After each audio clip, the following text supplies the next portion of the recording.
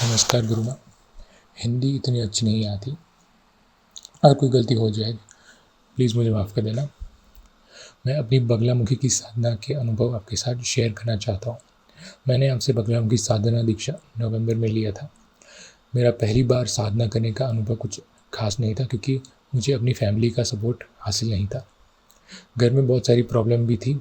मेरी और मेरी पत्नी में कई बार बहस भी हो जाती थी। मेरी सासू माँ की तबीयत भी ठीक नहीं थी। उनकी 4 सालों से जॉइंट पेन की प्रॉब्लम थी, जिसकी वजह से मेरी वाइफ फ्रस्ट्रेट रहती थी। मेरा ये मानना था कि हमारे घर पर किसी ने कुछ कर दिया है, क्योंकि हमारे आर्ग्यूमेंट हमेशा रात को ही होते थे।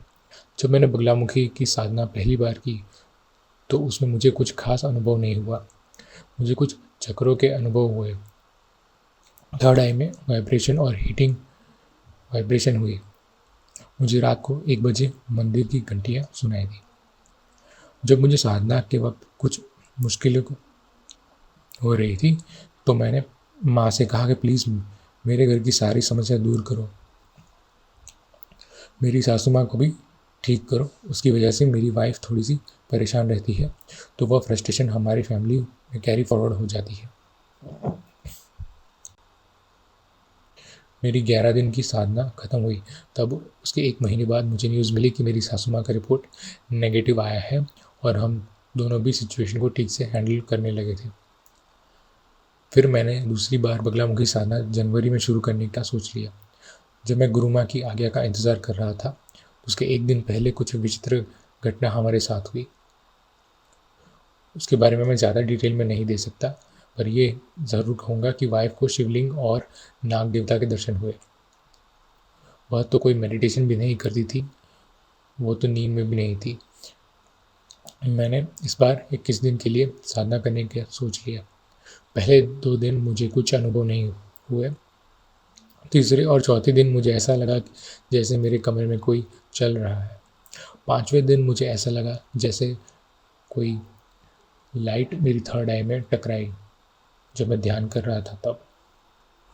और मुझे ऐसा भी हुआ जैसे मेरी राइट नी को कोई टच कर रहा है।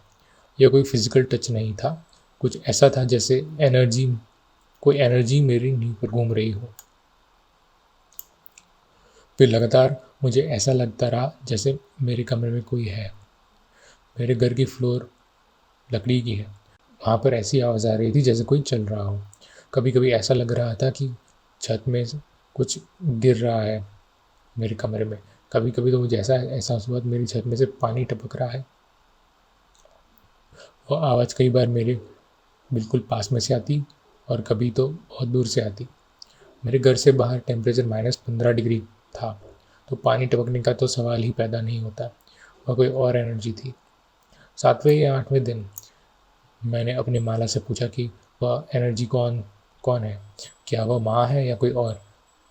तो मेरी माला ने मुझे सवालों का जवाब दिया कि वह माँ नहीं है। फिर मुझे लगातार उस एनर्जी के अनुभव होते रहे।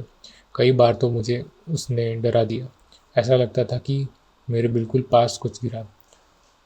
जो कोई भी था, मुझे यकीन था कि वह मुझे नुकसान नहीं पहुंचाना चाहता था।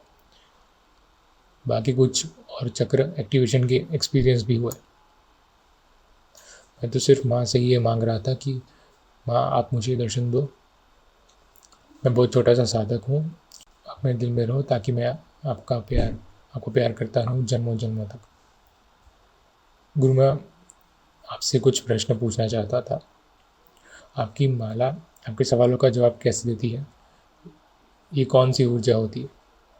दूसरा, बगलामुखी की साधना किस नक्षत्र में करनी चाहिए? तीसरा, मैंने ये सुना है कि कोई ऐसी डाइट होती है जिसे करने से आपकी साधना में आपको मदद मिलती है, जैसे आपकी चक्कर की एनर्जी फ्लो बढ़ जाता है। प्लीज़ आप इस पर एक वीडियो बना दीजिए। धन्यवाद।